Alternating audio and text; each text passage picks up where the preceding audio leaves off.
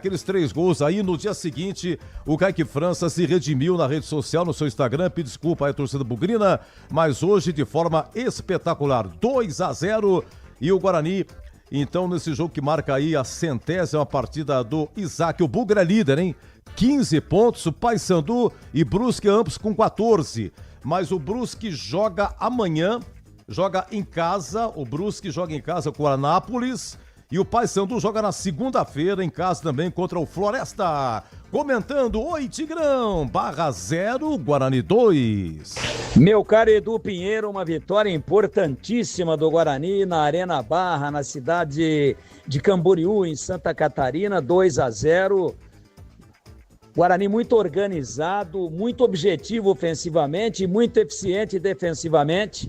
Fez um jogo de qualidade, fez um jogo de ótimo posicionamento, com uma plataforma tática diferente, jogando a maior parte do tempo num 4-4-2, isolando à frente o Maranhão e o Cachoeiro, o Isaac fazendo um segundo volante, dando liberdade para que saísse para jogar o Carlos Eduardo, que abriu o caminho para a vitória, e o Guarani precisou de apenas 45 minutos para matar o jogo.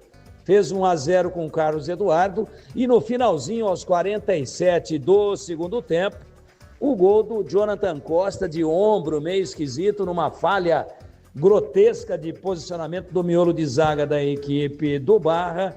O Guarani foi para o intervalo ganhando por 2-0. Acho que a equipe da casa sentiu demais o gol. Foi uma ducha de água fria. O Barra estava bem no jogo, a ponto de empatar a partida. O Guarani encolhido atrás. E aí, num contra-ataque, teve uma falta no Rião, lateral direito. E o Carlos Eduardo, que já havia feito o primeiro, bateu na bola parada, lado direito, deu a assistência para o segundo gol. E o Guarani virou ganhando por 2-0. O Barra tentou meter uma pressão, mas esbarrou num posicionamento muito eficiente, muito organizado defensivo do Guarani.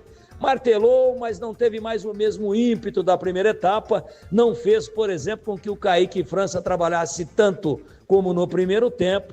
E com qualidade, com maturidade, com organização, o Guarani, com ampla justiça, levou a partida com inteligência, valorizando a posse da bola e administrando sem sofrer muitos riscos, ganhando um jogo importantíssimo que rende momentaneamente para o Bugre a liderança da competição.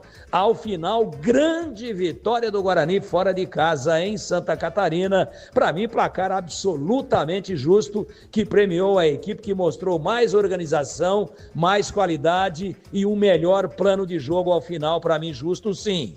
Guarani 2, Barra 0 em Santa Catarina. Meu queridíssimo Edu Pinheiro.